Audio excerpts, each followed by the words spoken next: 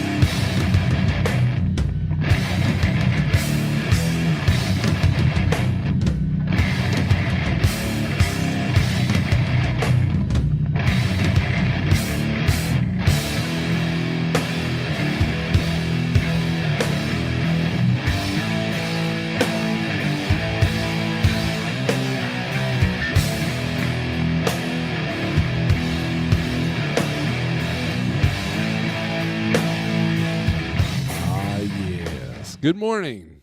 Good morning, everyone. And we'll probably have to say that like 15 times because, you know, people need time to come in and all that. Let's put this thing up here. Yeah, let's put this up. So this morning I went outside. It's beautiful outside. It's like 60 degrees, no wind, birds are chirping, they're starting to wake up, and the crickets are like doing their cricketing, and you know, because they're going to feed the birds later, you know. And I was just like grateful for the presence of God that was there. It was great. Today's going to be interesting. And, well, you know what? I say that every morning. You know, here's the thing. Gratitude helps anxiety. Gratitude helps depression. And there are many times in my life, you know, that was part of my pre-trip ritual, you know, in my truck. You know, some of you aren't doing that, but you should, because not only is it good for your business, whether you're a company driver or not, it's in your best interest. But it's also a time where you can be grateful for the parking spot that you had, grateful that, you know, there's no problems with the truck. And if there was a problem with the truck, grateful that you found it before your day starts. Grateful for the morning that you woke up, you know, because you don't want to be one of those people that, you know, die in their truck alone. You know, I always started my day with gratitude, and it seemed to help. You know, that's when I kind of, between that and the diet, that's when I kind of started to see my depression, you know, lift off of my shoulders. And, you know, life can be difficult, so it's good to have gratitude, because, you know, there'll be a time where you don't have all that. So anyways, that's my minute, my 2 cents. Today I want to talk about brokerage going out of business, and we'll talk about some freight. We'll take a look. I'm seeing some now. Most of the time when we're looking at low volumes on both 123 low board, 48065 for the code, DAT, which I don't have a code for. I look at the load in and out ratios, and I look at the volumes. It's not just about the ratios, it's about the volume as well. And people are like, well, why is Texas and Florida green on 123 when those are tough backhaul states? Well, it's about load volumes as well. And maybe it's because it's earlier than I look at. Maybe because it's not 7, central yet. But some of the load volumes I was seeing on the DAT were kind of like, I hope this comes up a little bit. Because if not, well, it might be a little bit harder to find some gratitude. Let's just say that. So, anyways, let's take a look at this brokerage here. All right. Share screen. Window. There we go.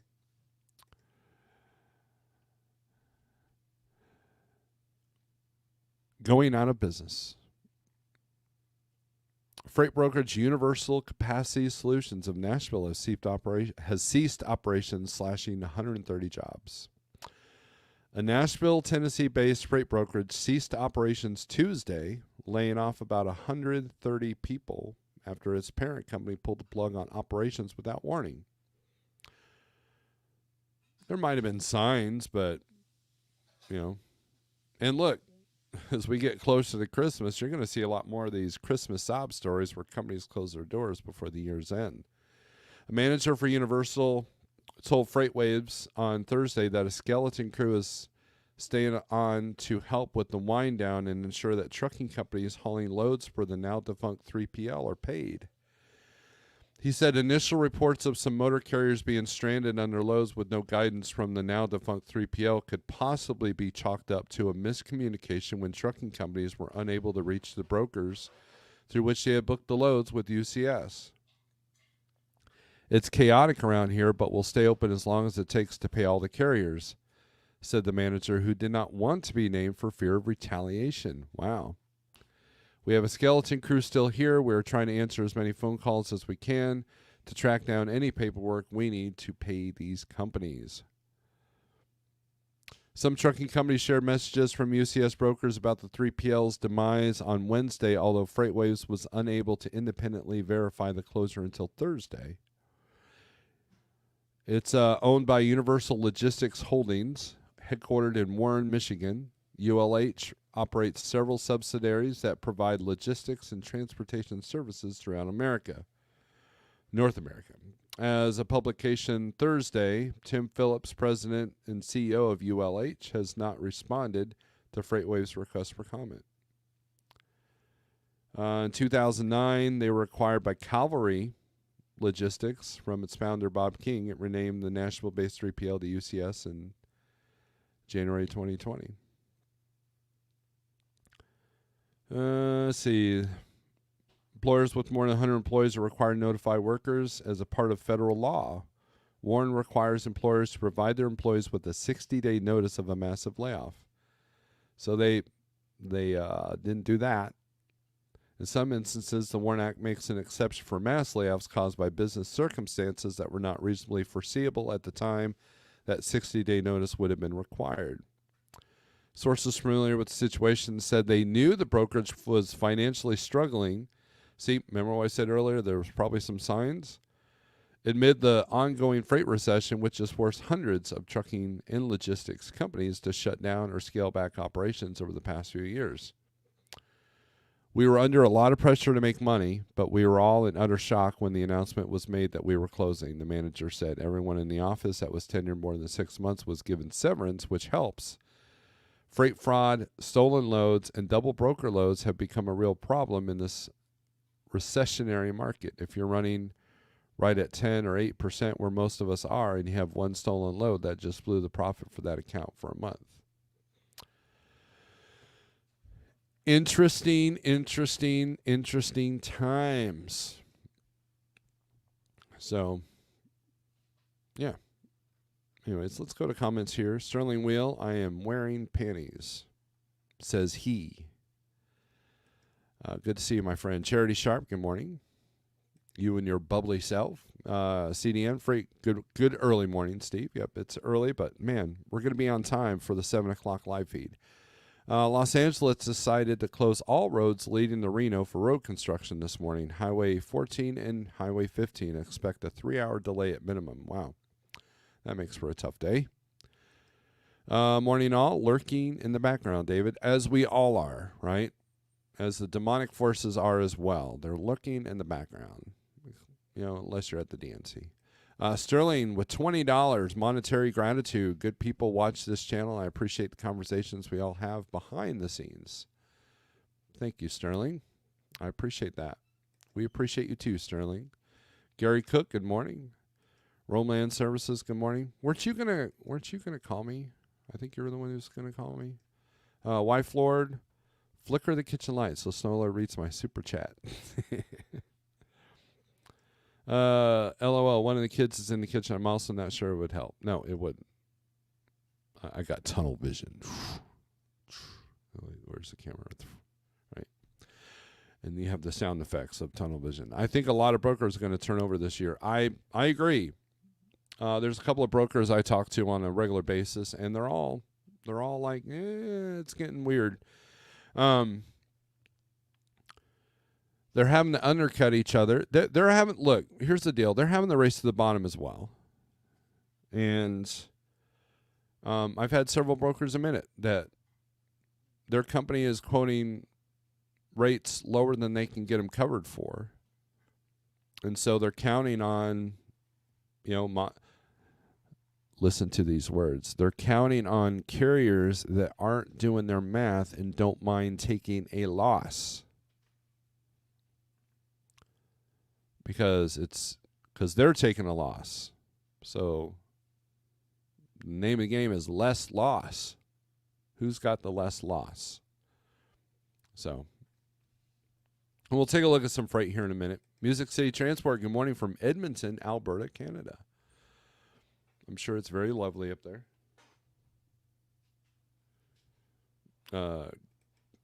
Just right in the Ozarks, greetings from Arc Encounter. What's that?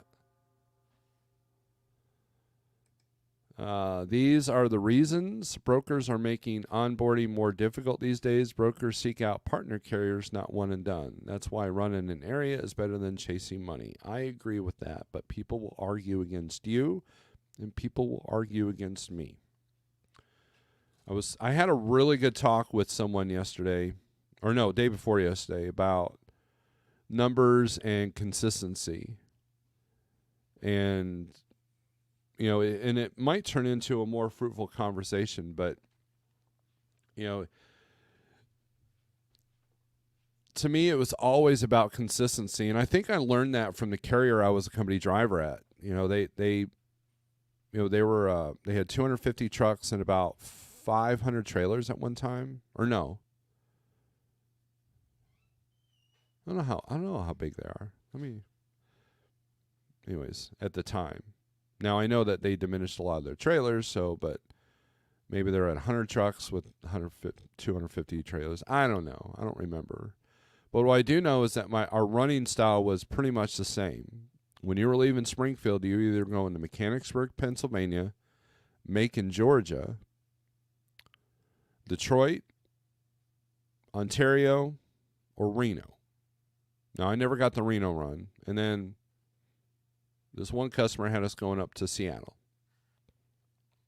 I only did that run once. Maybe twice. I think I did twice. And that was their steady stream. I think they still do, have a contract with Rick and Benkaiser. And at the time, Rick and Benkaiser owned French's, so we were coming out of the French's plant all the time. And then we would grab batteries from Pennsylvania, and they would either go to Atlanta, Detroit, Oklahoma City, Dallas, or Springfield. And that was O'Reilly's. And then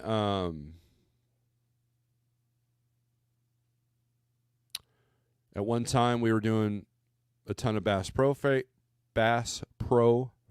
until Werner came in and kind of wiped that out. Batteries out of Pennsylvania.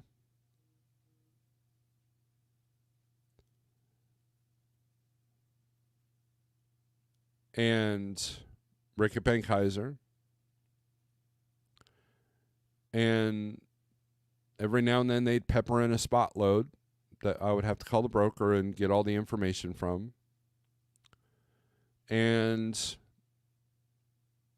we had loads that constantly went to Dallas. Like, so that's why, our short haul division went to Dallas a lot. I did that a lot.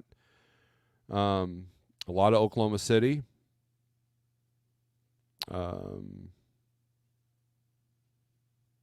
lot of Joliet. A lot of Wisconsin. We would do a lot of freight out of Rickett that was going up to all the Walmart DCs. So we'd be doing Menominee and like the Targets in Fridley, Minnesota, and Tyler, Texas. And what I found was that there was consistency. There was never zigzagging. I mean, it probably was like the veterans of our company would say, well, we used to zigzag. Like, you never went through the yard. Now it's like out and back, out and back, out and back to service the customers. And it was nice to have that consistency. So I thought, when I come into the spot market, I will try to do the same thing, because I did the zigzag at Landstar. And while I made money, I was chasing money as well. And I never developed consistency. It wasn't until I said, you know what, let's start doing a lot of the same stuff, that I found that I found that shipper in Oklahoma that does the shopping carts. Next thing you know, at Landstar, I was a shopping cart dude. Shopping carts and fireworks, man, was my jam. Everybody else avoided those. I loved them. I enjoyed them. And I figured out that doing the things that no one else wants to do, tire loads are another one that no one likes to do. So I always made my way back to Oklahoma if I could, because I'm either picking tires out of Lawton or is it Shawnee? One of those two. I can't remember. And then Wagner shopping carts. And I enjoyed that. It becomes a little bit more predictable. There's less surprises. You kind of know what you're getting into. And you develop consistency. You're able to provide customer service. Even when I was at Schneider as an owner-operator, I was able to service customers to my best ability that went beyond what our customer service department at Schneider was doing, which was nothing at that time, at least for the account that I was helping maintain, which was, pallets that came in and out of Springfield. I love those loads because they became my jam in the spot market as well. And I use the same principles that these big carriers that create consistency. I tried to do that in the spot. And, and what I also found as a company driver was I would run certain areas certain times of the year. So for one quarter, I was going to Atlanta and back a lot. Another quarter, I was going to Pennsylvania and back a lot. The next quarter was Dallas and back a lot. It'd be a month period instead of just a quarter. And I found that interesting. There was a time where I went to Salt Lake City all the time.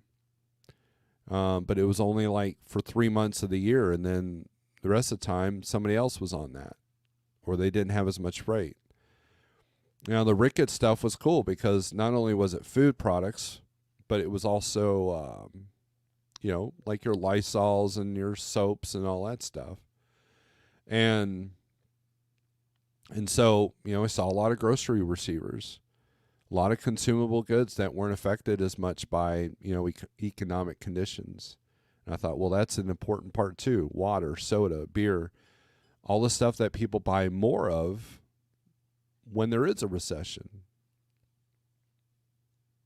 If you're hauling specialty items like furniture or boats or anything, that we can live without, it's going to get interesting for those jobs. And time will tell. So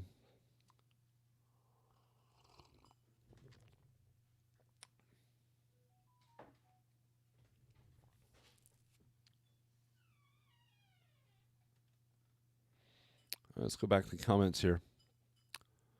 Noah's Ark in Kentucky. Oh, okay. I didn't realize that's where it landed.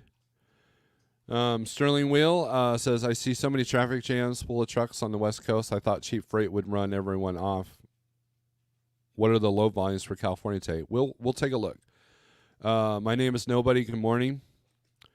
Gary Cook. I'm in Atlanta, Georgia on 285. I see Central Transport pulling yellow freight trailers. Yes, them, Estes, and Central bought a lot of their equipment in their terminals. I know Estes grabbed 7 of the terminals there. So, and look, Jeff was actually looking at 2 day cabs that were in Springfield from YRC, and $12,000 for a 100,000-mile truck. It was tempting for him.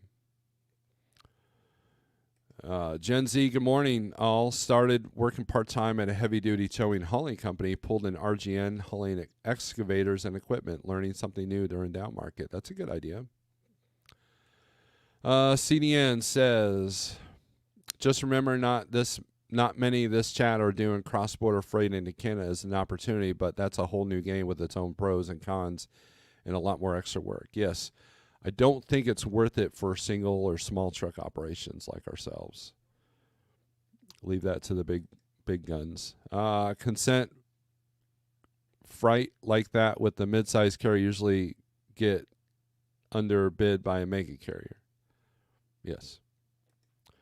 Talk about the Bass Pro. Yes. So what it was Johnny Morris, the owner of Bass Pro. He was good friends with a lot of local trucking companies, including RBX, which is right down the road from Transland. And it was RBX, Transland, and I want to say ONS that had freight, that had the ability to move freight in and out of Bass Pro. Well, Johnny Morris one day said, you know what?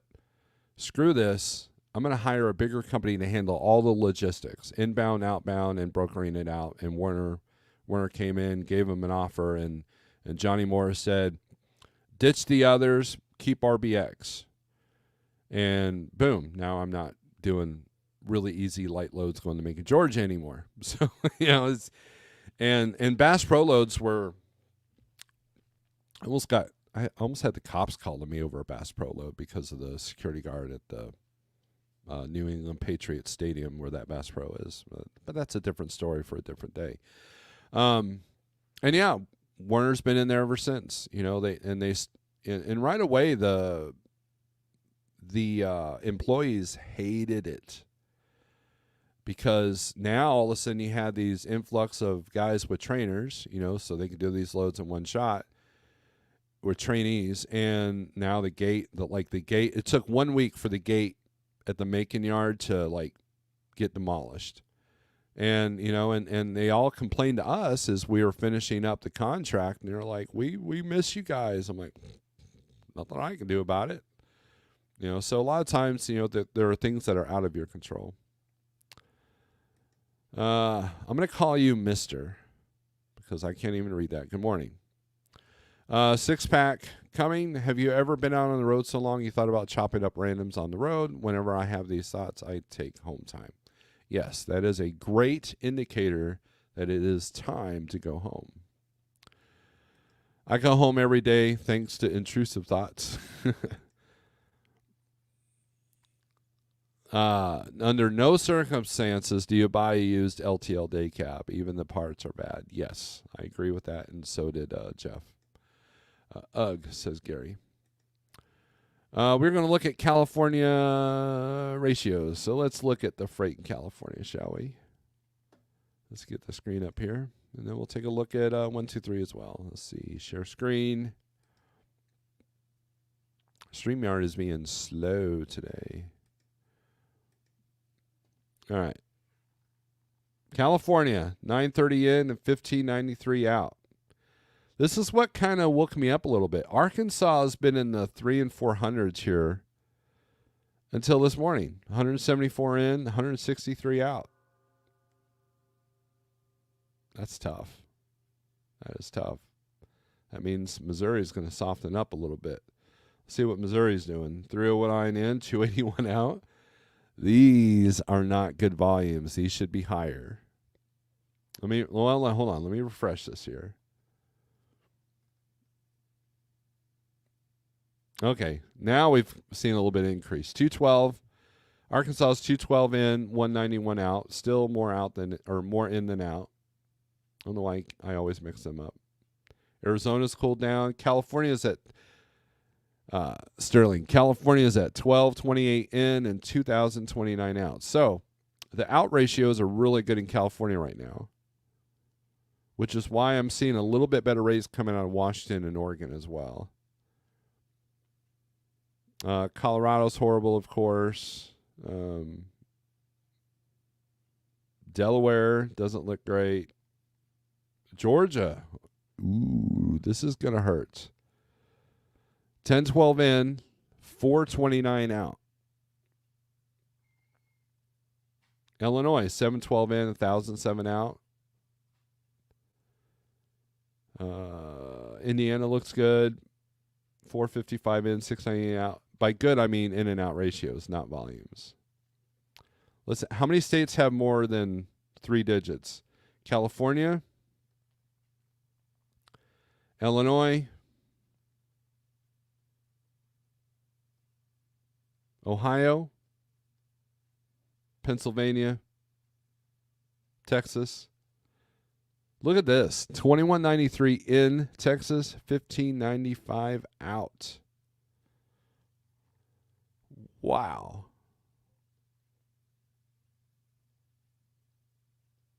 Just what? 4 states with a 4-digit number? And this is in van? These look like reefer numbers, really, to be honest with you.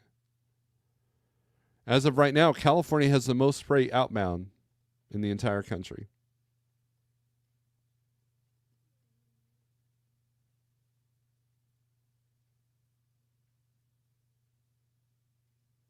Who's the second highest? Illinois. What's Ohio doing?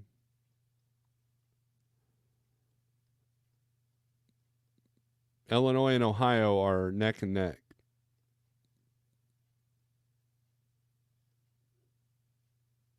Now, Maryland has 204 in, 256 out. I'm starting to develop a strategy for the Northeast, because as the Southeast just absolutely gets iced over, I don't feel like fighting it. Now, I do have even my steady brokers out of Georgia have been pretty slow. And today's going to be interesting. Luckily, all my freight is found. I got to talk to a driver before I start looking at what Monday's going to bring for him. And then I have 2 others with trucks down, and one that may not want me to dispatch them anymore. I elevated my voice because I got frustrated, which is, you have to forgive me, please. I have emotions as well. I heard that the Canadian Railroad is planning to go on strike. Gary Cook, that's a great point. I'm surprised CDN hasn't brought that up.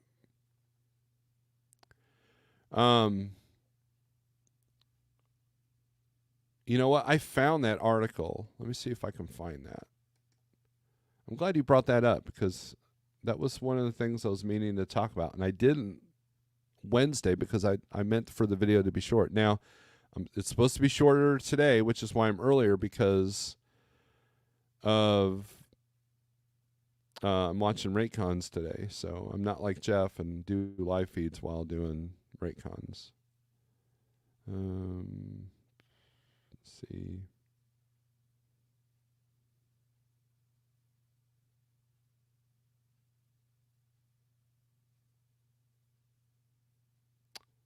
thought I sent it to this email.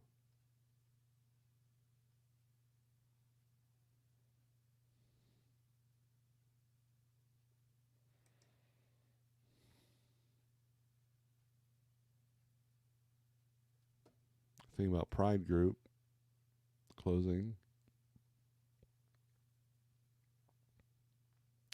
So what I learned from this article is that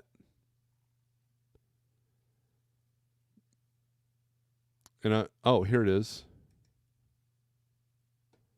This is actually not from FreightWaves. All right, so let me share the screen here. Because that could change the dynamics of a lot of things here. Okay. All right. Canada's looming rail shutdown could disrupt billions in North American trade. Canada's freight railroad could hit the brakes over the weekend. Labor negotiations deadlocked between the Teamsters Union and Canada's two largest railroads, Canadian National Railway and Canadian Pacific Kansas City. The groups have been negotiating over wages, scheduling, and rail safety since November. Now the union said its 3,000 plus Canadian rail workers would strike on Thursday, barring a last-minute agreement. The freight companies said they'd lock out union workers. Now, this was I want to say I got this on Monday of last week or Friday of last week or something. Monday of last week. Industry groups have asked Canada's government to prevent the stoppage, saying it could affect millions of jobs and lead to billions in economic losses. The country's labor minister refused to intervene. Canada's rail network moves $277 billion worth of goods each year, and Canada is the U.S. biggest trade partner after Mexico.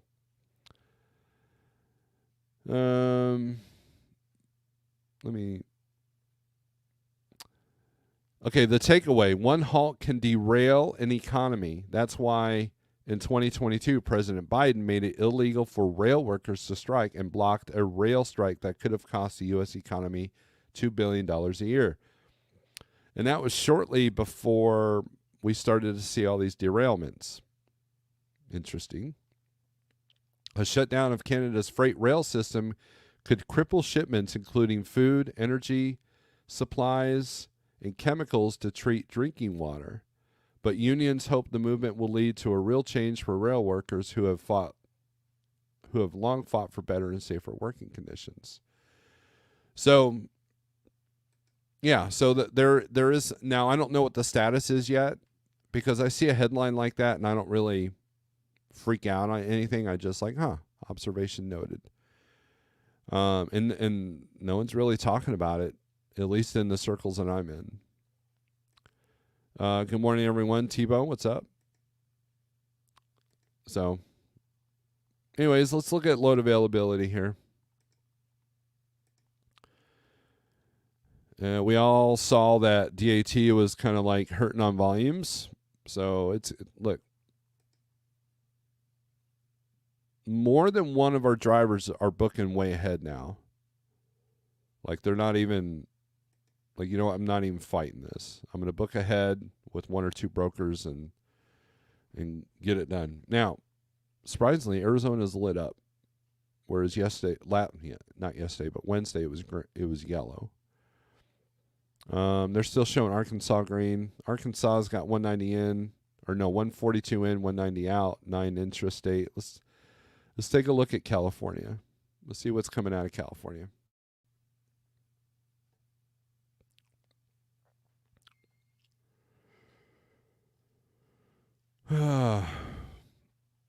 Sort this by highest rate. Here we go.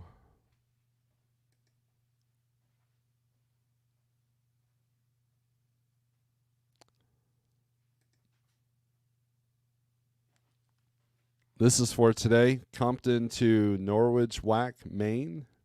Paying $6,000, $1.88 a mile.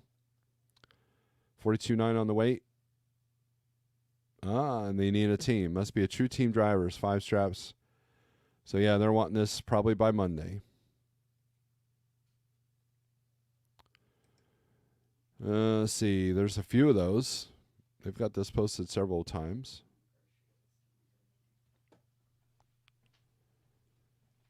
Largo, Florida for 234, 241 going to North Carolina.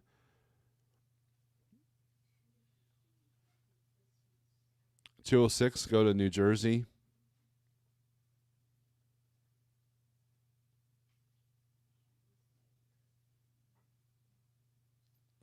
A lot of 206s. $1.74 to go to PA.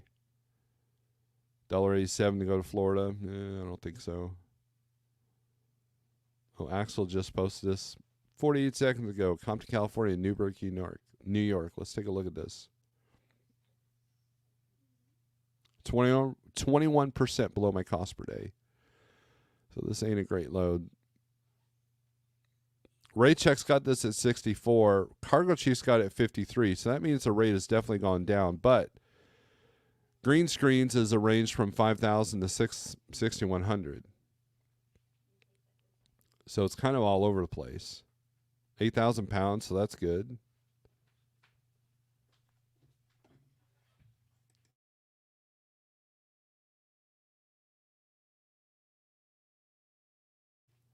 So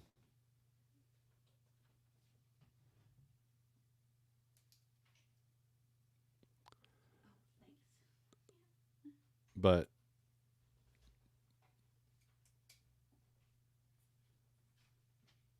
it's, I don't know.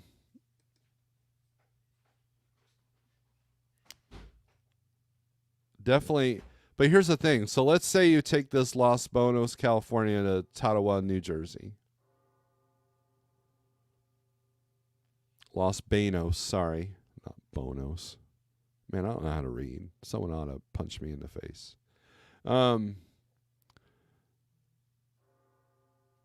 Let's say you don't negotiate at all. You're 29% below your cost per day. And then you grab a load right out of New Jersey. So let's look at the return loads right here. We can look at right here. Let's say we got to go right back to California because we like self-abuse. Click on that. What's the going rate? This is 29% below my cost per day. So we're running for the next, basically 2.5 weeks for 29% below our cost per day. How long do you think it would take for me to go out of business? Yeah, you're keeping the truck moving, but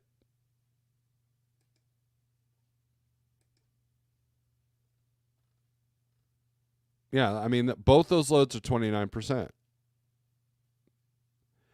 And because they're not paying to go back into California. Now, some strategies would be two-step it from Jersey, like Jersey to Ohio, Ohio to Missouri, Missouri to Cali, or Jersey to Ohio, Ohio to Cali, or Jersey to Ohio, Ohio to Salt Lake, and then Salt Lake to Cali. And you'll probably make a little bit more per day on those loads. A little bit more time, but you would make a little bit more if you 2 or 3 step it, which is what, if I got a guy in Maine that needs to go back to Salt Lake, I try to 2-step it. Scorpion Trucker always had to go back to Phoenix. I would always get him to Missouri because there's constant loads out of Joplin that go to Phoenix. And I believe he's the one I've hung out the most with besides Jeff here at Like Trucking, because he came through here most of the time.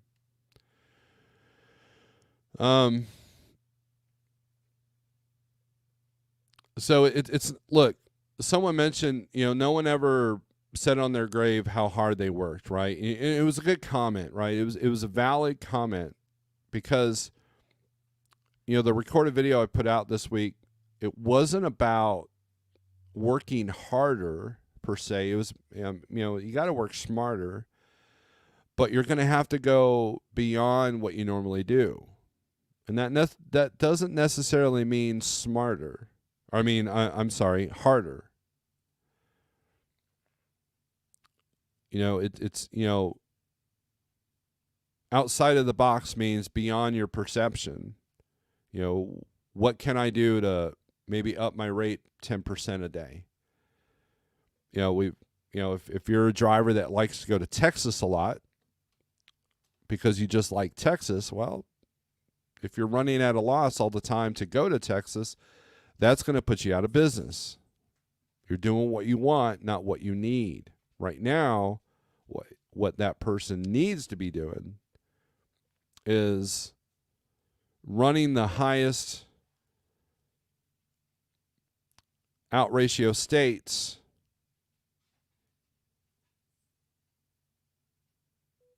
and use, you know, the money ball approach that Big Rig CEO has talked about.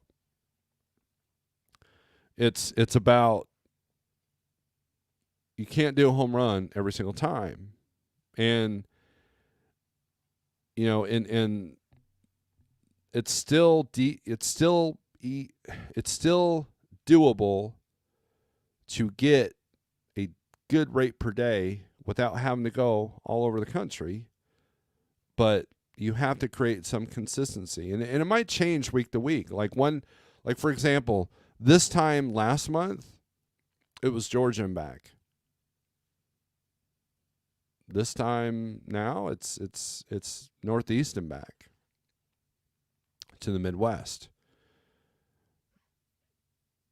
I don't think I've utilized Texas in a long time. I had to get a truck out of Phoenix that we put in Dallas. And that was the last time. That was like 6 months ago. And I like running Texas.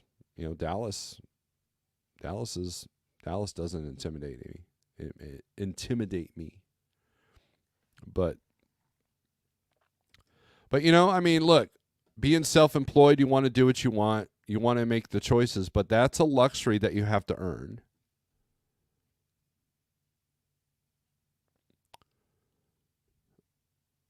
Look at New York. 300 outbound. Let's take a look at New York here.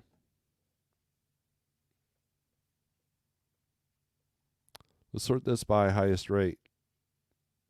I don't utilize New York State as much as other drivers do.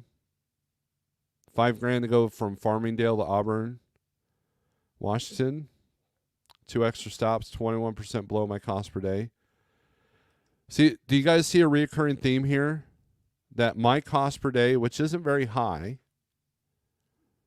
would take losses on all these long runs here. This one's 7% below my cost per day going to Nogales. And it's hazmat even.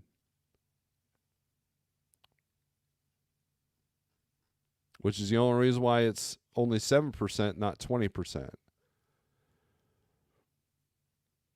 Here's $1.22 to go to Buckeye, Arizona out of Rome, New York.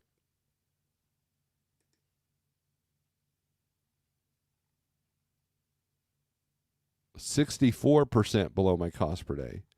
What's your cost per day, Steve? Well, $358. Whereas, let's sort this by rate per mile to get the shorties.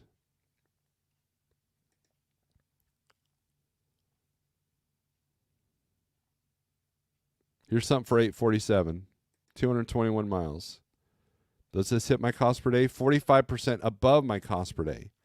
So these people that argue short haul versus long haul, there's no argument. Here's the math. Why do you think the big companies like Schneider and J.B. Hunt and Werner have basically taken over and turned the trucking industry into a regional markets? Because that's where you make the most money. I'm driving less miles, but see, it doesn't have that big number, 3,000 behind it. But when you look at the cost per day, I'm way above it. So when that truck breaks down, which, you know, 21,000 pounds, what's the tolls on this? $3.42 in tolls. This is a good load.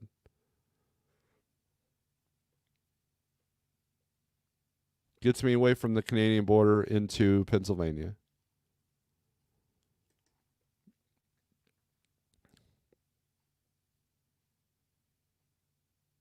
Here's another one. Corning, New York to Baltimore, Maryland. Now, Baltimore is a bit of a bear because of the bridge. What are the tolls on this? No tolls. $900. Picks up today. This is ready to go right now. 53% above my cost per day. Whereas when you look at these long haul runs, let's sort this by trip, right? Sort this by trip.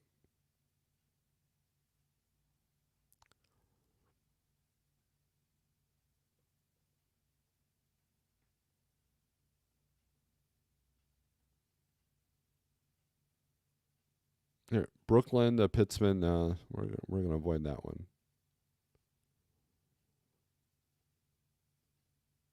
Now, on the same token, even though here's the other thing you gotta understand. This is just my opinion, okay? If I'm looking at short haul, I do not like doing anything below $600.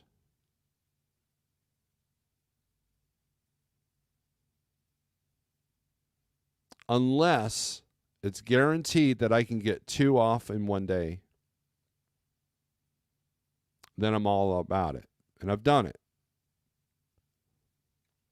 We have a flatbedder that does that constantly. When I'm watching Raycons, man, I'm putting in like 8 loads for 4 days. And boom, he's done. And he's home every night. And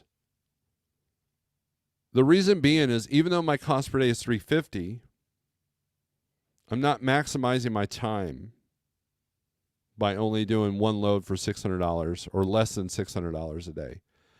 So these loads that are paying like $503, $450, I don't play that game.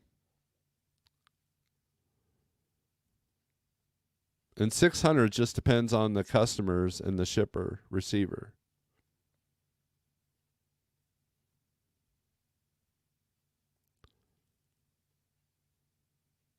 Like, let's take a look at this Bronx to Vermont. $735. Good rate per day. But it's only 2% above my cost per day. You know why? Because of these tolls. That's only $55 in tolls. Empty kegs. I'm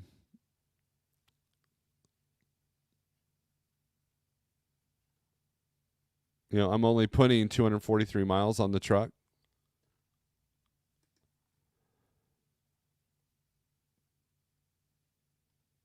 And, of course, a lot of the short haul in New York is going to be PA pretty much. So this tells me that, well, I wonder if there's a lane between upstate New York and middle PA. So let's look at the inbound and sort it by trip.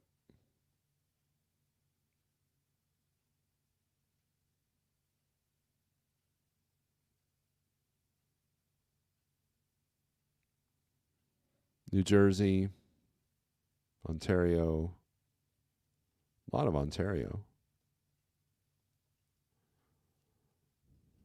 Okay, let's get past these Sunwheel logistics.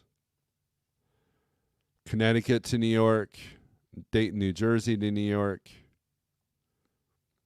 This is how you find your lanes.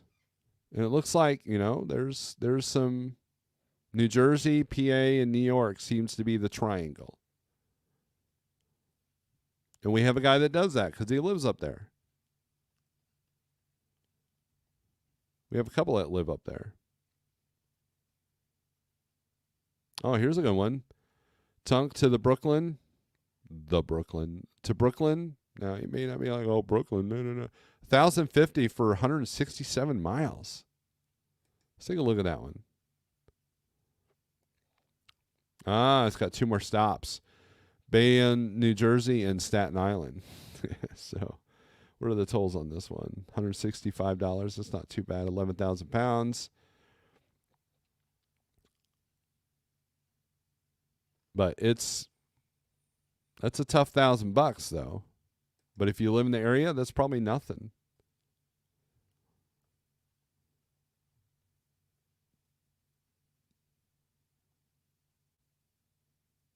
Here's Cleveland to Buffalo, Cleveland, Ohio. But this is how you find your lanes. This is how you find your triangles. This is how you find your, where's it going? So let's take a look. Let's do the same concept with Arizona.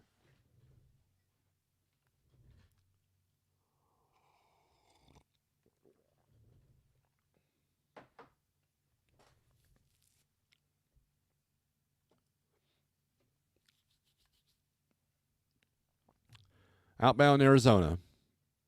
Let's sort this by trip. Let's say we want to run local in Arizona.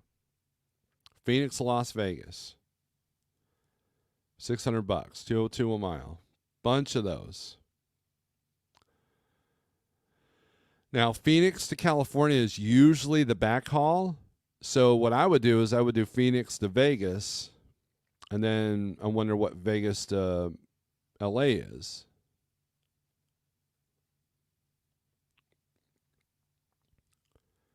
Yeah, see, Phoenix to San Bernardino, 312 miles, $400. That's not good at all. So what we do is we go to market rates here. And let's do Phoenix to LA.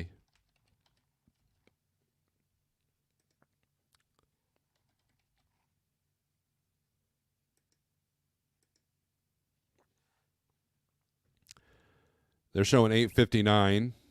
Let's see what cargo and green screens. Here lately, green screens has been a little bit more accurate than even cargo, Chief. Why? Because of the AI pricing that's going on. As you can see, there's a big spread there, 969 to 536. But green screens is probably going to be more accurate. So we're going to take that number, 536, 656. That seems to be what we were seeing. So let's reverse this. LA to Phoenix, a lot more. So what you do is if in negotiation strength is good. So what you're seeing, so if you can do 1246 one direction and then 600 the other direction, what is that?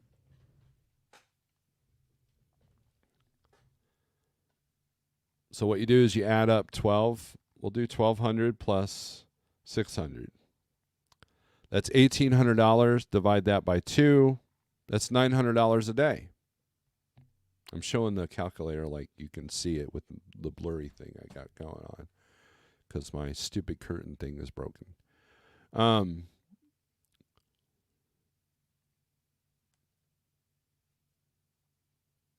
There you go.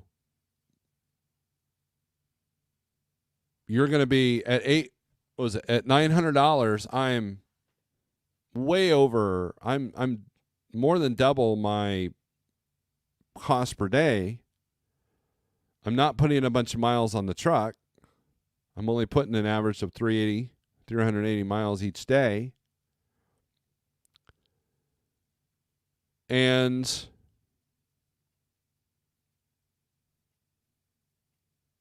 well, no, it'd be putting 600 miles a day, right? So if you pick up Monday, deliver Tuesday, that's 374. Pick up Tuesday, deliver Wednesday. No, I'm right, 374. So 380 miles a day. You know, barring any big deadheads. Versus going all the way to New Jersey from Phoenix for 65% below my cost per day or 29% below my cost per day.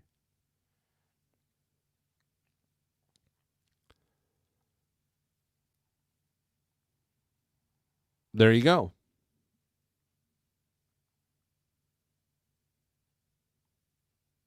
So these people that argue that long haul is better than short haul or rate per mile is better than rate per day.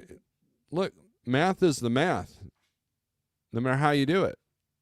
Now, if you're getting 10 grand to go from California to upstate New York, and then getting 3 or 4 back, then, that changes things. But there are very few loads come out of the West Coast that are paying, 5-digit numbers like that. They were 2 years ago, but not now. So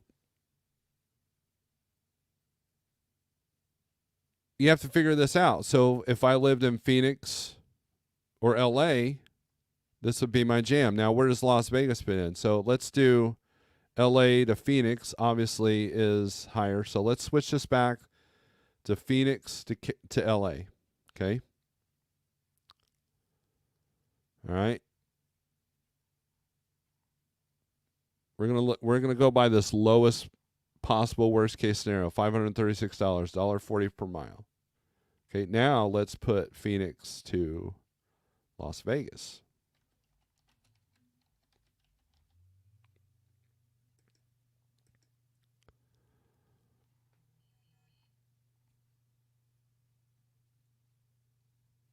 A little bit higher. A little bit less miles, but it's a little bit higher. Right? So now let's do Las Vegas to LA.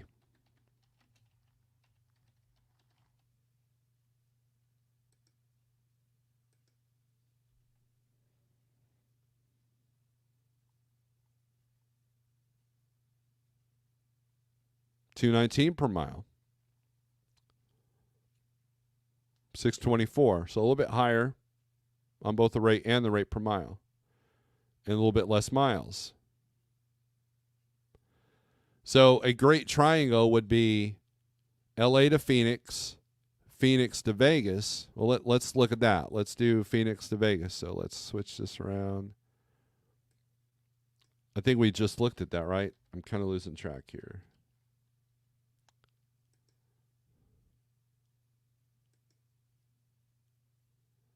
Yeah, you're going to make more money going from Phoenix to Vegas than you do LA. So, if you can create a triangle, LA to Phoenix, Phoenix to Las Vegas, Vegas back to Phoenix. Or no, back to California. But the moneymaker is what makes it work is that LA to Phoenix rate. That's what makes that work. And so basically you're two-stepping it, right? But of course, and it's all within the 300-mile radius. 350, 3 to 350. So you're not running your truck 600 miles a day. You're not maxing out your clock every day. You get to know the areas, and now you got consistency. And then when LA market drops, when there's more coming in than out, then you just use that strategy somewhere else. Maybe it's Phoenix to Washington or Washington to Oregon, then Oregon to back to Vegas or something, or Idaho. You can utilize Idaho. So it's that's what I would be looking. If someone that lives out west said, Steve, I want you to dispatch me, what can we do? But I don't want to run 650 miles a day. And here's the thing. So if a driver tells me that, then I know I got to work smarter. But the only way this short haul works, and here's the most number one thing that I could say today. The only way the short haul game works is if you have no limitations.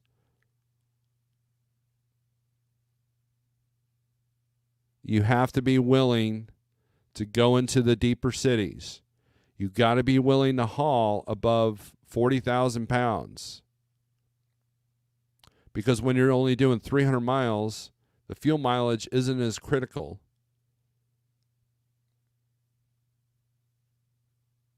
Did you know that you can buy a different style of tire for your drives depending on if you're mostly long haul and mostly short haul? If you're regional, you want this type of tire. I couldn't tell you what types, but maybe Sterling could tell me.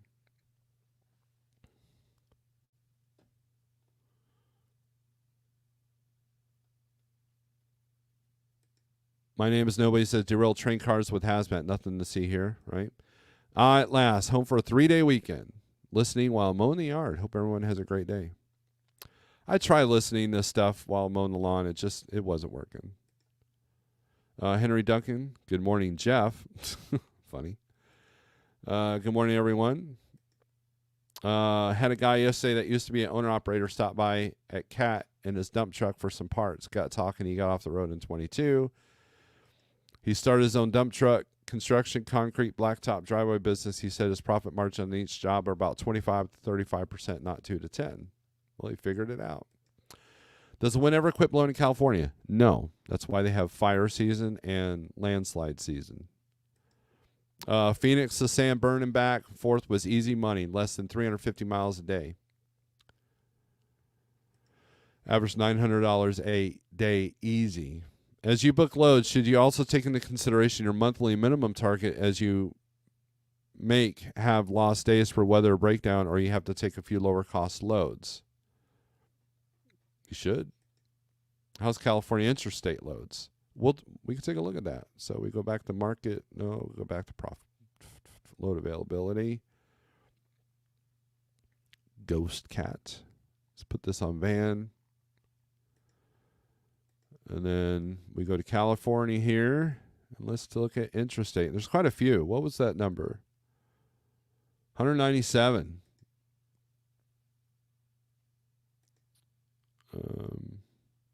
Intrastate. And I see what you're getting at. What if we can just move inside the state? Look at this. 725, 343 miles. Not as good as going to Phoenix, but 850 to go pretty much the same run. So that's interesting. Sacramento, San Bernardino, $1,200 to go 442 miles. Ghost Cat has figured something out. Either that or I'm helping you figure something out. Now, I don't know I think California does require intrastate authority. So you have to get your permits for this. And now we're getting into the $500 loads, $300. See, I wouldn't even mess with this. Victorville to Fontana. Not even worth it. 39 miles, though, Steve. Well, yeah. But what if that shipper receiver kind of keep you all day? Then you've lost that day for less than my cost per day. I'd rather do this. San Bernardino to Merced, California.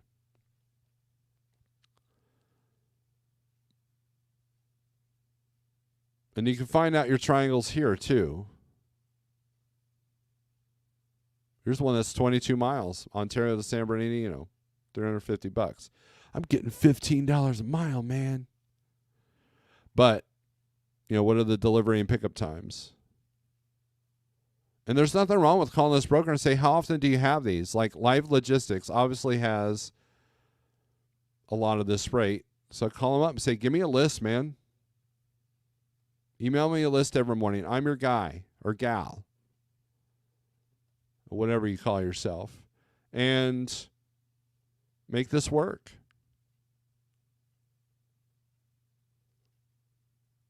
Now, here's the caveat. Your expenses are going to be higher a little bit in fuel in California, and it's going to take a little bit longer to get places because of the speed limit.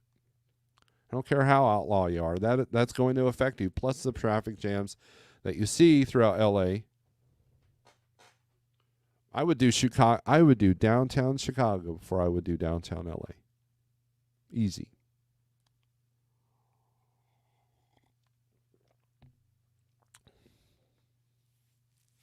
So there's your answer, Ghost Cat. Chris Howard, good morning. Chief Freight says, any solo owner operators here have hazmat certificate? Josh Vegan, what's up? You can start now. You are late, my friend. Late. Look, I know that sometimes I come across as pompous and arrogant and kind of an a-hole. I know that, right? I can't even watch my own videos. They annoy me. So I really appreciate everybody that comes into my videos and watches this crap, okay? in order to make this, everybody's talking about how the industry's going downhill and this is not right, and this is, the way that we change this industry is starting with ourselves. The more drivers that know their numbers, the more powerful they become. Knowledge is power. I know we heard that in Schoolhouse Rock back in the day, and that kind of thing. But it's actually true. If you don't know your numbers, you don't know where you're at. If you don't know where you're at, you're just drifting in the river on a canoe with no oars. And you're at the mercy of the river. You're at the mercy of the stream. Whereas if you have a particular goal in mind, you know when you're going to have to go upstream and when you're going to go downstream and when you can take advantage of the current and when you've got to get out of the canoe and pick it up and walk across that gravel bed. Man, I love those kind of analogies. Even though I've only been canoeing twice in my life.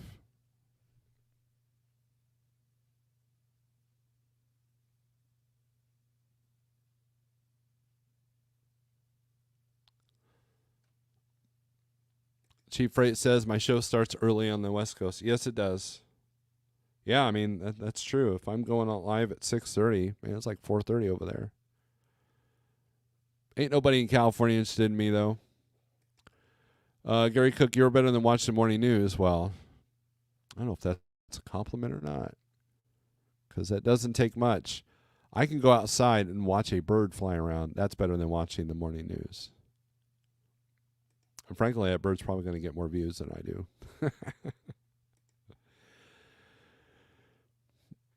This is your market, people. This is what you're facing.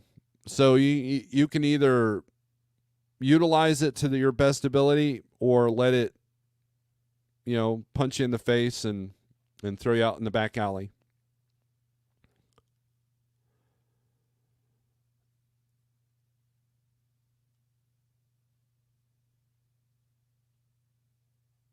And it's not, look, anybody can get on the low, anybody can get on YouTube and say, well, just run Missouri, Illinois, Indiana, Ohio, Michigan, Wisconsin. Don't look at anything else. Okay, but if I live in Idaho, maybe that's not an option. Or if I lived in Idaho, I would use that option. I'd take a long one to Missouri, bounce around like what's might have been said, and then take that long load to Idaho.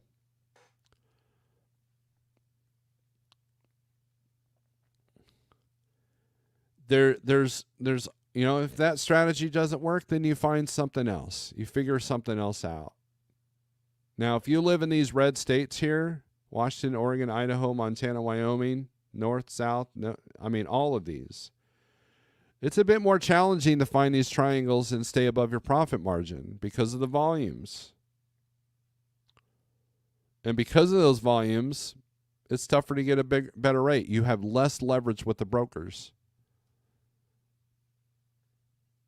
which is why they pay super good to go into Montana. See, there's 11 inbound Montana. Let's take a look at that. How much do they pay to go into Montana? $2.94, almost $3 a mile to go from California to Butte.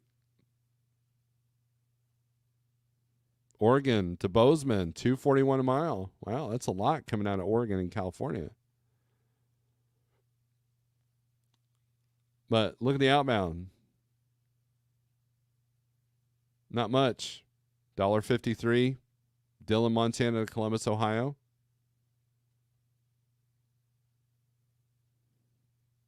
A lot of not posted rates. Three Forks to Garland, Texas, $1.43. 60 cents. That's a partial low. LTL. $1.42 to go to Aurora, Colorado. And that's it. Those are your options, like 8 options there.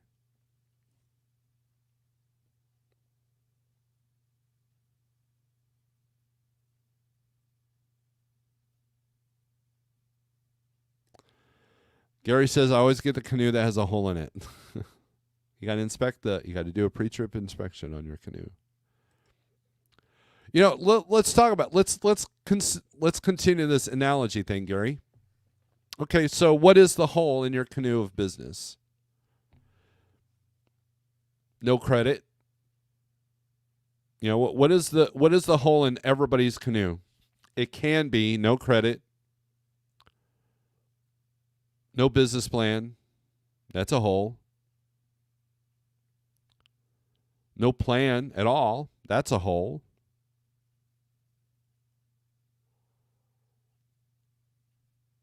High ass lease payment. That's a hole.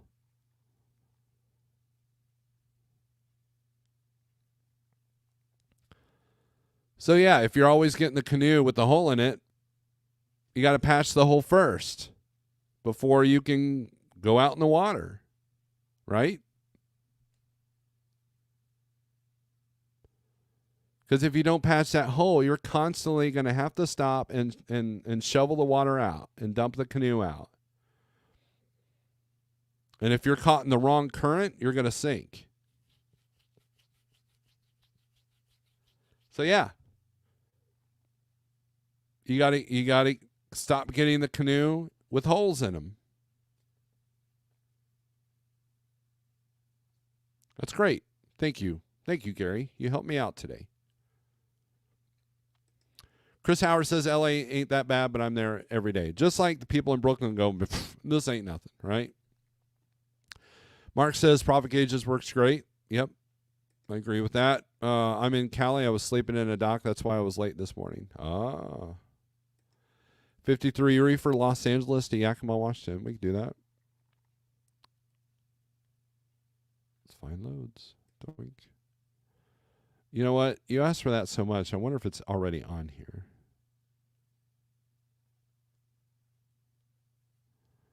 There it is. Yakima anywhere. We'll edit it.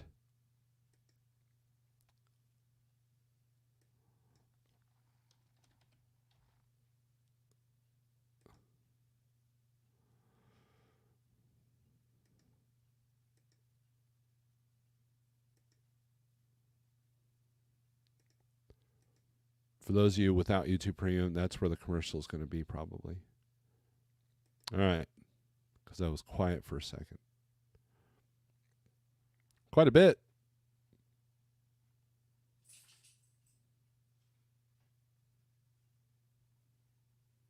So averaging 1,000-mile runs. I do have to get off here pretty soon because I have a guy coming out to look at my fence. Rates are a lot lower. So what's the highest paying thing on here? $2,200, $1.79. Go to Colton, California.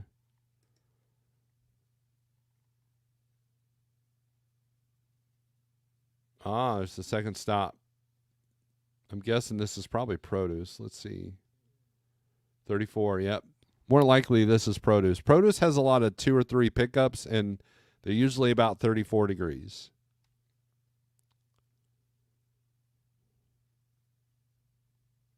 In my experience, 22% below my cost per day. Of course, my cost per day is not based off a reefer operation. So if a reefer operation costs more than my cost, then that's a higher number right there for that low cost per day. And, and I get this question all the time. What if I switch to flatbed? What if I switch to reefer? Well, grab this low board and do your profit margins by adding your cost. So if a reefer trailer is going to cost you X amount more per month, divide that by the day, put that in here. And then you could see if you're going to profit more or less off these loads. Same thing with flatbed and step deck. What's the additional cost going to get? And then add those costs into the profit calculator. And then look at what your cost per day is and what these loads compare to what your other numbers are.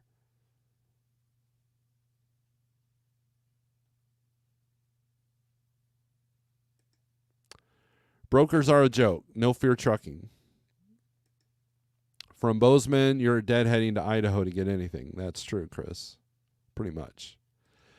Gary says my fixed costs are $836 every week. That don't include fuel.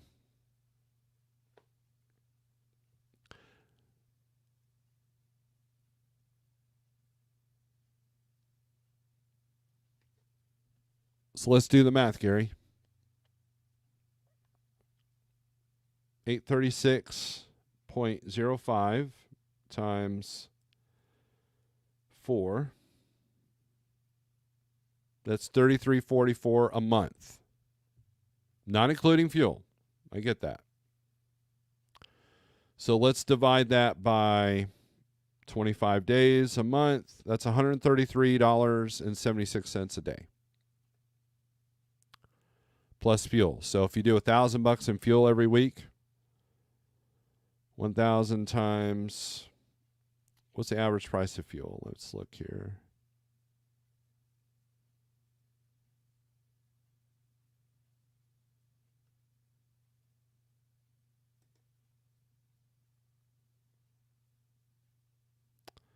I'm going to say 360 because that's the number I used earlier this week.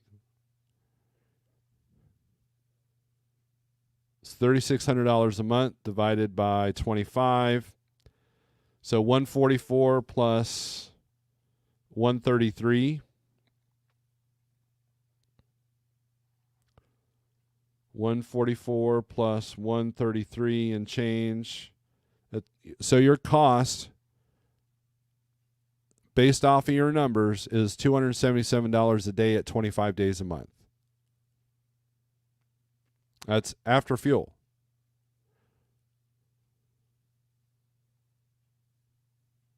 Now it's going to be a little bit higher if, so let's do that same number, 277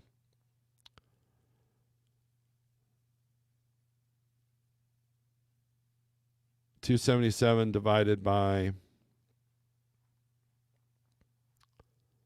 20. Oh, wait, that's not right. No, 277 times 25. Okay, 69.25 divided by 20 days a month. That's $346 a day. Now, that's not including your salary. I mean, does that, okay, so does that 836 include your salary? Does it include, your salary is what you're going to pay your car payment. That's how you buy your food on the road. That's how you pay for anything that you purchase that's not trucking related that you can't write off on your taxes or claim on your taxes. It's a better term.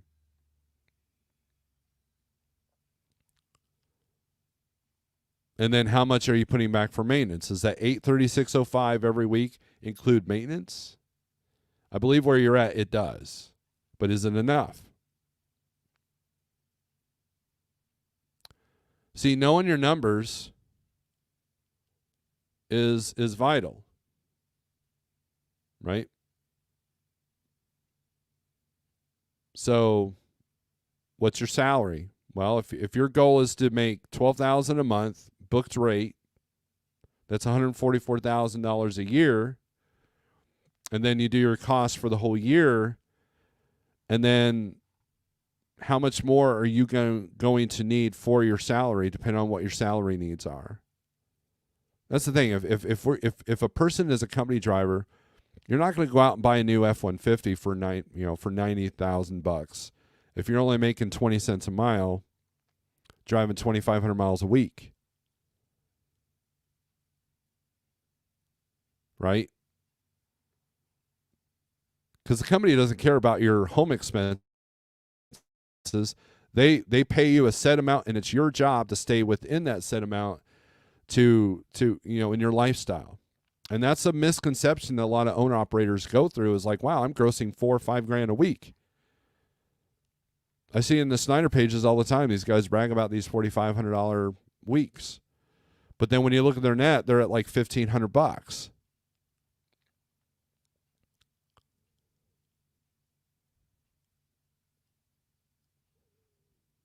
Now, if you're getting $1,500 after all truck expenses, maintenance, plates, fuel, everything, then essentially that's your salary. But still, Are you going to go out and spend something that costs you $900 a month in a personal payment, like a car payment? No, you shouldn't, but people do.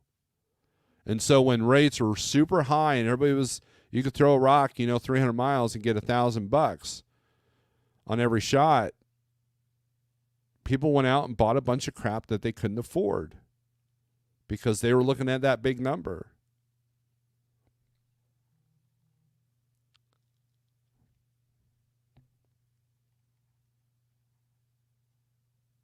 This isn't rocket science, right? Red Lady, good morning. Good to see you in here. And although none of this probably interests you, I appreciate your support. Now, just your truck payment is $495 every week. Okay, that's so we'll round it up to $500. That's $2,000 a month. That's better than what I see a lot of other people doing. Now, with that being said, my first truck out of the gate was $500 a week. It was a monthly charge because I got it from the bank, but it was $2,000 a month.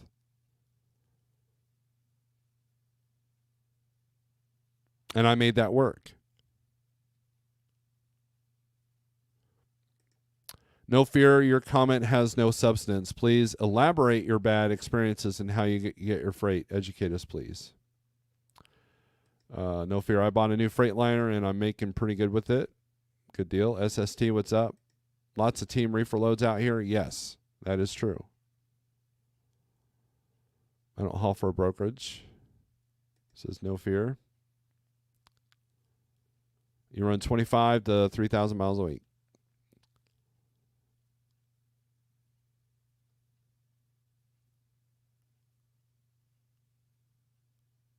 Okay, you guys going to argue the classic broker versus driver? SST hates all of them. My fuel was $14.96 this week. Wow. Yeah, you've got that $3.87, man. So let's do $14.96. $14.96 times 4. That's $59.84 a month. We'll round it out to 6. Because technically you want to do $14.96 times 4.3. That's $64.32. Divide that by 25 days a month. So your fuel alone at 25 days a month is $257.31 per day. So what's your other cost, Josh, per day?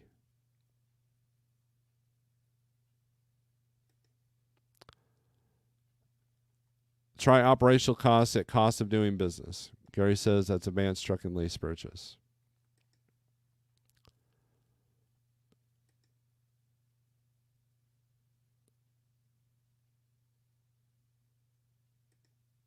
No salary included. Okay.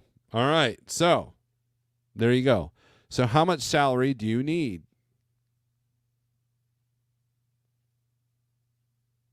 And judging by Facebook, there are some dire straits going on with you. So now you got to add whatever you think you're going to need, like your food, rent.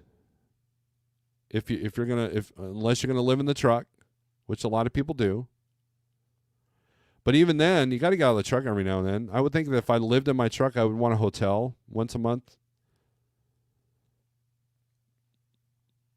Just to not burn yourself out. I mean, that's just me. That's just how I am.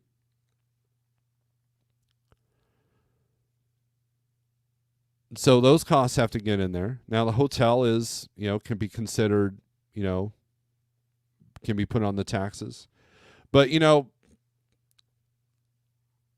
so in other words, Gary, you're going by what I'm seeing goes by the fact that I've been saying this for months. You're either paying yourself or you're paying the truck. You're not doing both.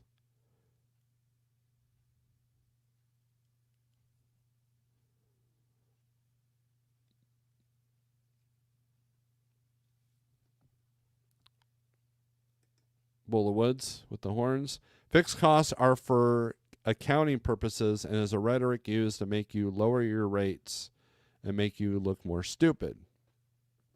That's an interesting concept.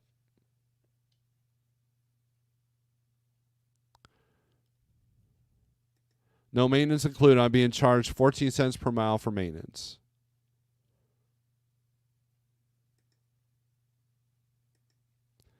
I miss the days of grossing 10K a week, right? We all do.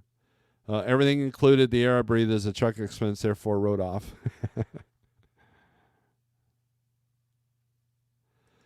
My home expenses are $1,200 per month, so I'm digging myself further into debt.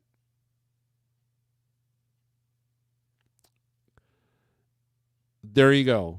This goes back to my Wednesday feed of the truth.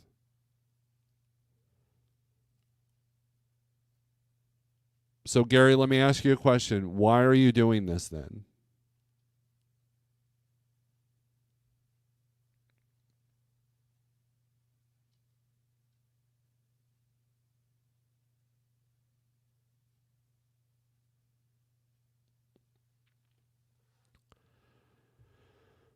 And that's a question that I ask myself every single day with different people.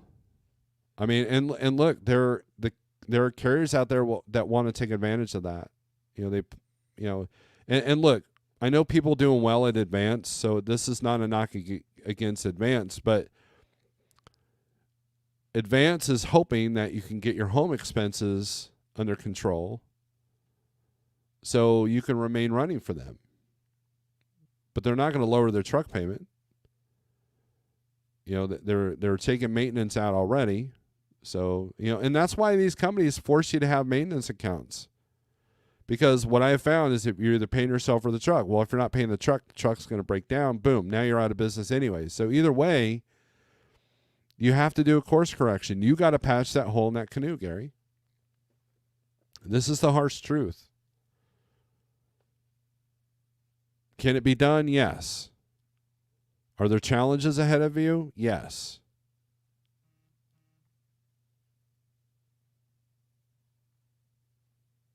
And the way to patch that hole is through consistency, going beyond what you normally do, thinking outside of the box, and finding a way to lower either your home expenses or your truck expenses. And it's tough to get lower than $2,000 a month in truck payments right now. Now, when I traded in my Peterbilt and got the Kenworth, I went from $2,000 a month to $1,585. But then a year later, I went ahead and added a trailer, which was at $625. So I was about $2,300 in truck and trailer a month in payments. And I got really lucky because my warranty ran out quicker than I thought. And I did not get the extended warranty. And that could have bit me so hard. But I had a line of credit to cover anything except a catastrophic breakdown. So when I say that my success was a little bit of skill and a little bit of luck, I mean it. But the fuel mileage plus the lower truck payment allowed me to expand my business and open my money-making potential by going from Schneider to the spot market. And not because of the rates, but because of the volumes. If you're a Schneider IC and you're sitting there in Columbus, how many loads are around you? Well, I can get on DAT and show you 600 loads within a 150-mile radius. That's the volume difference. So therefore, more opportunity. Therefore, more opportunities to patch the holes that might have been in my business.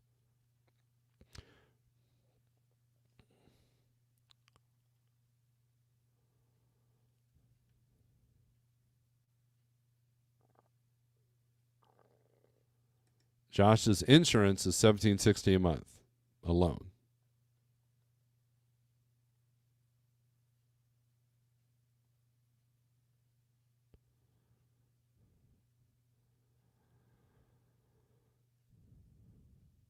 Jackknife says, and man, Jackknife, you're going to please forgive me for doing this. Cheap free hauler, I miss the days of grossing $7K a week and only having a $900 a month truck note payment. But where is that truck now, Jackknife?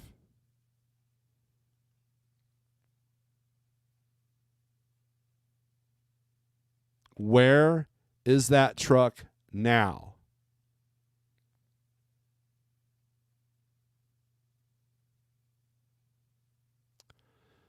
So essentially, by not putting the money aside to fix the catastrophic failure that your truck got, you had to replace it with something that was so high, and then you went from high truck payment to lower rates instead of high rates with a low truck payment.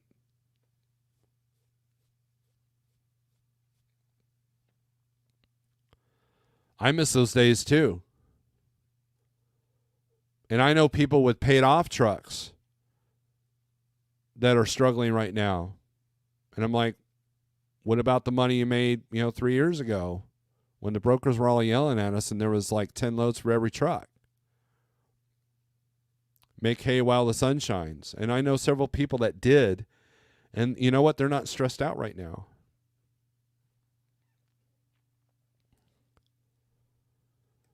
Okay, Gary, you're saying you're failing. Now is when you can mend. Now is when you can turn this around. The awareness of it allows you to turn it around. And so you got to figure out how.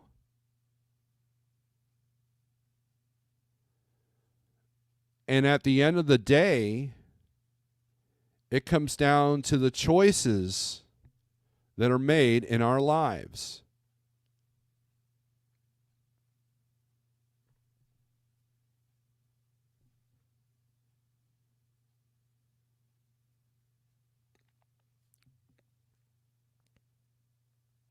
It's hard to quit trucking when you love it, right? Well, I mean, you don't have to quit trucking. You just have to quit going into debt.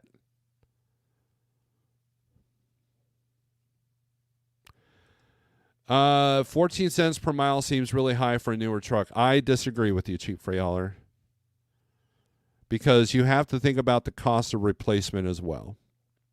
And so if you got 60 grand at the end of so many years, the truck has a catastrophic failure. Well, now you've got 60 grand to put on to something else down, and you stay in that new truck cycle. So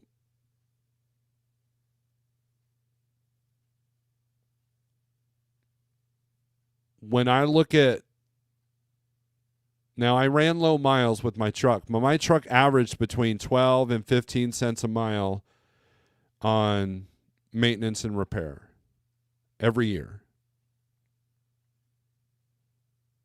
with the amount of miles I was running. Now, one could argue, well, it would be less per mile if I had ran more miles, but then if I had run more miles, my maintenance and repair would have been higher. So it comes out to that 14 cents is what I would do, or I would do, if you get paid after every load, I would do $50 a load. If you get paid per week, I would do $200 a week.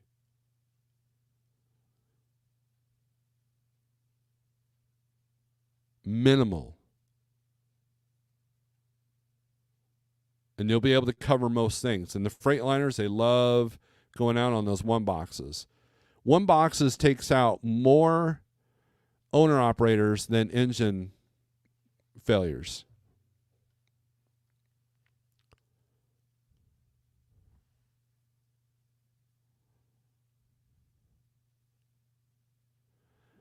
I try to stay in the Midwest and Southeast where I run, but it's not about where you're running. And how, I mean, it might be about where and how you're running, but the idea is you want to get your costs down and your mindset right to where you can survive just about any market and recognize where you can do better and where you're not doing better. That's one of the things that we try to do here at Like Trucking is we try to help drivers evaluate, for example, Jeff will call me and say, hey, maybe give so-and-so a call because I see that their revenue is kind of down and let's find out what's going on. And so we'll call that person and say, hey, what's going on? And then they'll tell us what's going on. And we'll like, okay, we'll try this, this, and this. And the ones that listen actually, or start using me, start getting their revenue increased. The ones that don't listen, they're just not going to listen. And then they go out of business. It's that simple.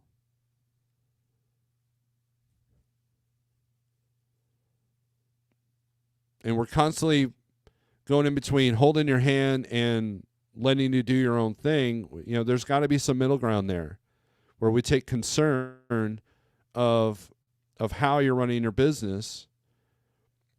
And it's not like we get too private. What are your home expenses like? It's like we expect you to be responsible and all that. But here's the thing. What I have found is that when a driver goes out of business, it's due to their own decisions that they've made throughout the business.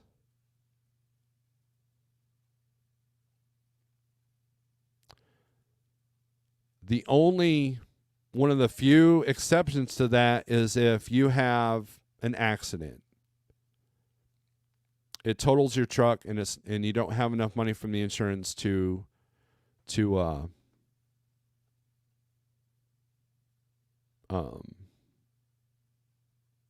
replace the equipment.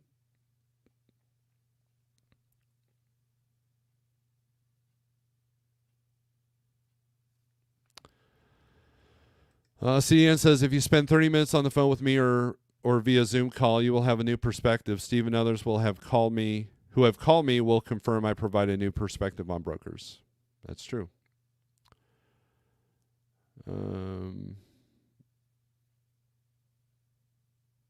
Okay, you guys are going to argue. My fixed costs are $836.05 a day plus 14 cents a mile. Okay, so that for the maintenance charge, sorry, plus this don't include fuel. I should have worded it this way. My apologies. Okay, so how many miles are you averaging a month? And so now your $836 fixed costs, that 14 cents per mile is a variable cost. That's why I like Schneider's approach of just X amount per week, regardless if you run one load or 12 loads. That's how I would do it. Obviously, if you're running, a lot more miles, like 3,000 miles a week, you obviously want to put more on your set amount. But I miss the days where there's more mac and cheese in a box. No, you don't. I usually stay out and don't go home a lot, pretty much live in the truck.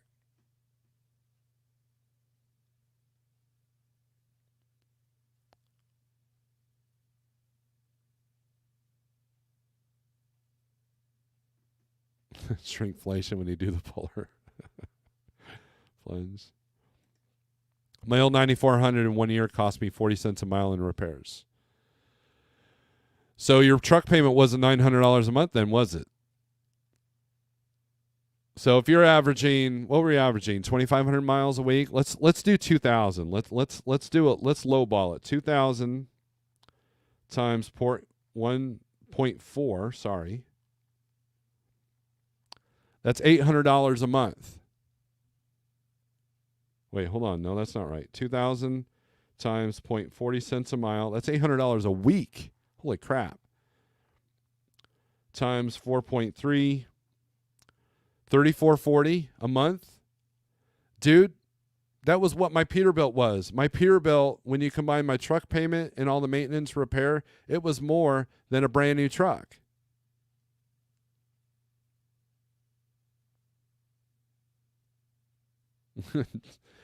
Thank you, Jackknife. You give me some material here. So $3,440 plus your $900. So you literally had a truck payment of $4,340 a month if you're at 2,000 miles a week.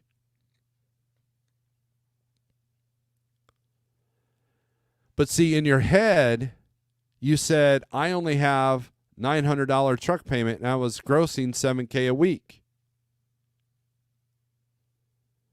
Well, $7,000 minus $43.40, you were netting $26.60.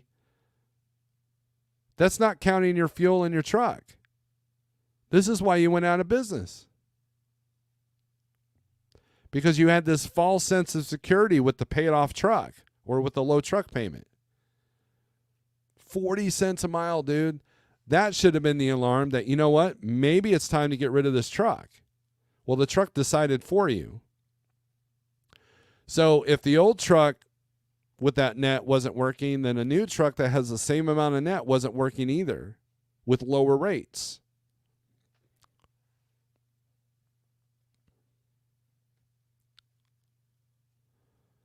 How about loads from Canada to the U.S. and back? I'm a Canadian driver. I don't know much about that, Sahid, but 123 is based out of Canada, so they have a lot of Canadian freight. You just got to use the tools, and it's not something that I'm familiar with, so that might be something you explore on your own. You can use my code 48065 to and you get it free for 30 days.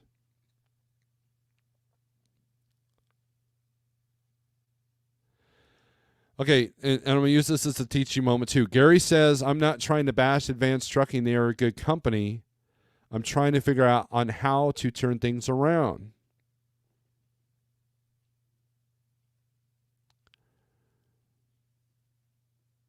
It's not the company's responsibility to help you turn it around.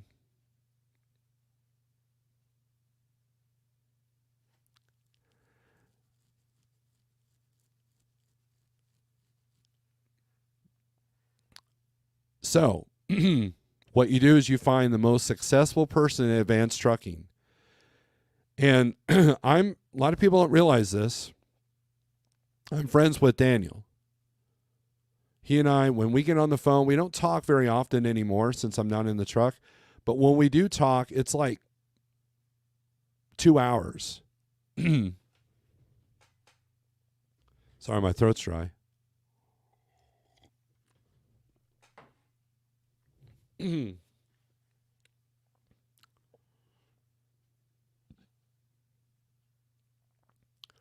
So he could probably tell you on how to turn things around.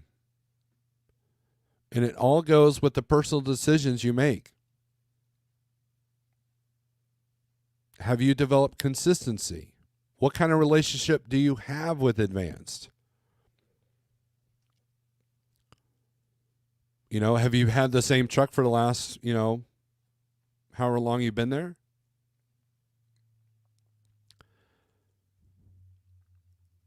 And so Daniel will have a perspective on what puts people out and what keeps people there. And if their turnover rate is pretty bad, which I don't know if it is or isn't, but I'm sure they got some drivers there that have been a while. I've been at Like Trucking for 8 years and only sold my truck last year. And then with my aerial view that I have with these two monitors at me, I can see pretty easily what puts people under.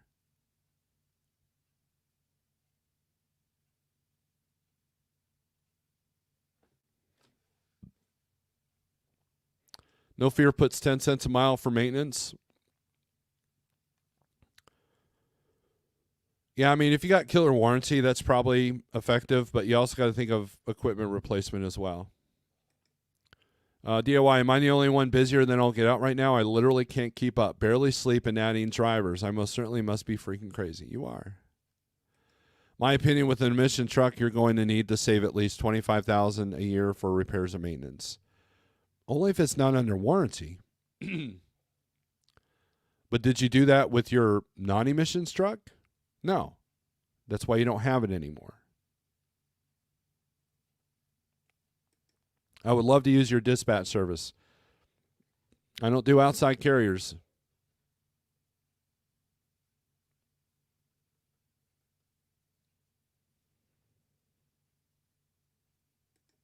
DIY is cray. He is cray cray. Good point, Steve. I wasn't thinking about it that way. If I do a flat $2K a month and didn't do the math, then I'm doing over 20 cents per mile myself.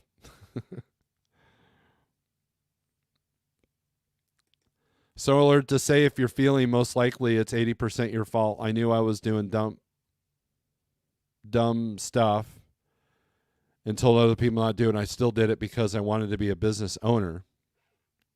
Well, I had this discussion the other day with someone. If being a business owner is the ultimate option for you, then you have to act like it. Like if this is your only option, then you have to act like it.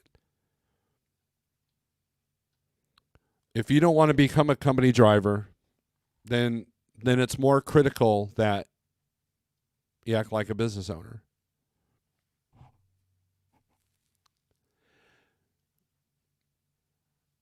And it comes to self-truth. That was what the recorded video was about. That's actually gotten some pretty good airplay. But it's about, and then Wednesday, last live feed, it's about the truth. It's about telling yourself the truth. And so you have to ask, what part of my human nature knows the truth, refuses the truth, and still goes the other way? You're given into the flesh is what that is.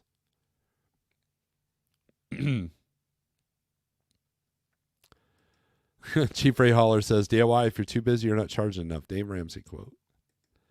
Marty says, someone needs to be able to work at Schneider and Landstar at the same time. No, people have tried and they gotten fired.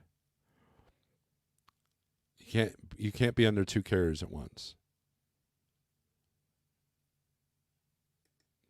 Gary says, my goal is to get 25 per week, and lately I've been getting around 2,000 miles. $2,500 or 2,500 miles? But see, you got to look at your daily rate. You got to look at the daily rate.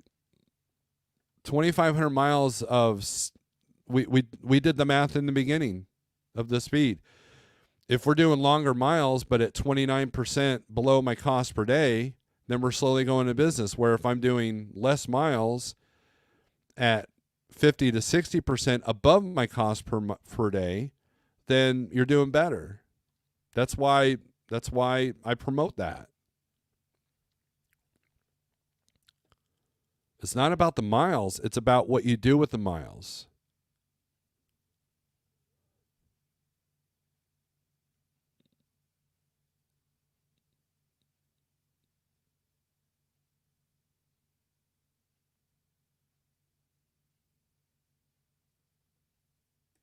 Jackknife says, between 2001 and 2002, I spent $38,000 repairs and maintenance. And with the new truck, with warranty repairs taking so long, I probably lost $30,000 to $40,000 in revenue.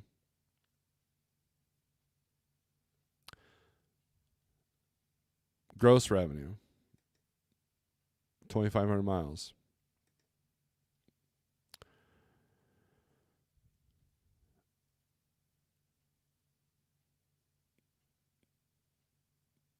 I mean, look, there were people will tell you that new trucks cost as much, if not a little bit cheaper than a used truck.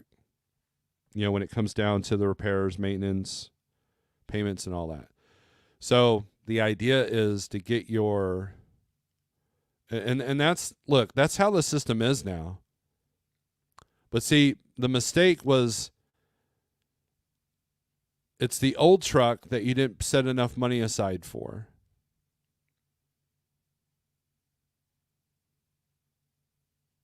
Having a paid off truck or a low truck payment allows a false sense of confidence. And I have dealt with that personally in my career. I was that guy. I got lucky. I will admit.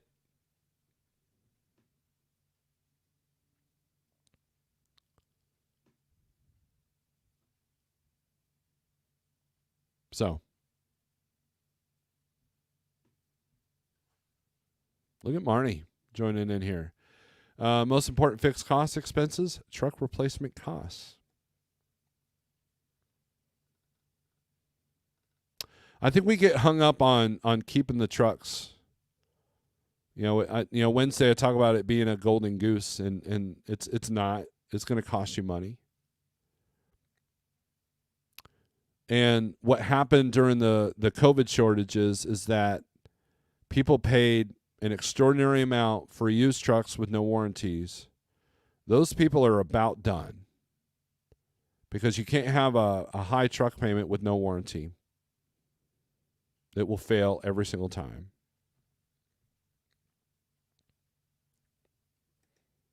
Thanks for all the info. Well, thank you, Gary, for being open-minded and listening to what I have to say. I just want to help people. I'm not here to insult them. I'm not here to sit there and tell people that they're stupid or idiotic. I'm not angry like that.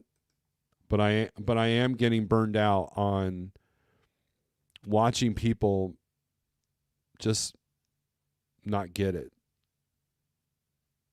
And the people that want to take advantage of those people. So that's it for today. Let's do one more thing here. Let's look at DAT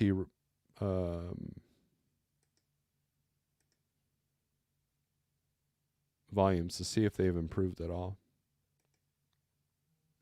You gotta be kidding me.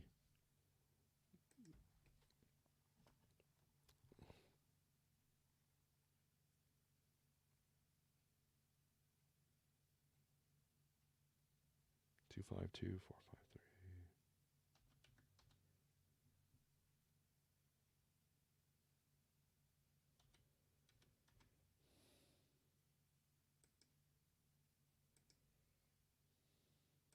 Then I gotta go.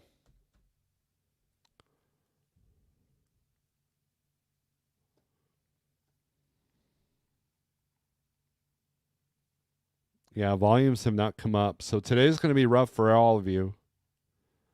Michigan's okay. Minnesota's actually better, but for the most part, these numbers aren't coming up a whole lot. So most of the freight for the week is booked. So good luck to you, everybody. Thanks for let's do one more. Let's do a few more comments, then we'll end this. My new truck's minimum payment was about the same as my repairs on my cash used truck. Difference was downtime. How much did you spend including downtime with that $38,000 in repairs and maintenance? Yeah, you can add that to it. We all break down from going out of business. We're all one break. Yeah, that's probably true. I have 830,000 miles on my truck going to drive it till New Year's. I'm on pins and needles stressing. That's a tough way to live end times. Yeah, I know. I didn't put it up here. I just glanced at it real quick. I know that Advanced Trucking buys a lot of their trucks without warranty. I think it's dumb. Hopefully, Trucking gets some trucks as soon as I'm willing to join. So, did you get in another truck without a warranty, Gary?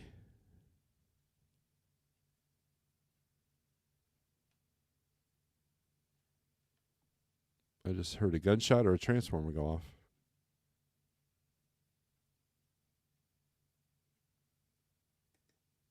Chief Reller, can you put ice in a van and haul reefer loads? You can try, but it probably won't end well for you. Thank you, CDN. I appreciate it. Yeah, we've covered a lot of ground today. Look, in order to make this industry better, you got to start with yourself. And that's just it's that simple. So hopefully we'll see you Monday. If not, then we'll try again. So anyways, strength for today over tomorrow. I got to get out of here. Peace.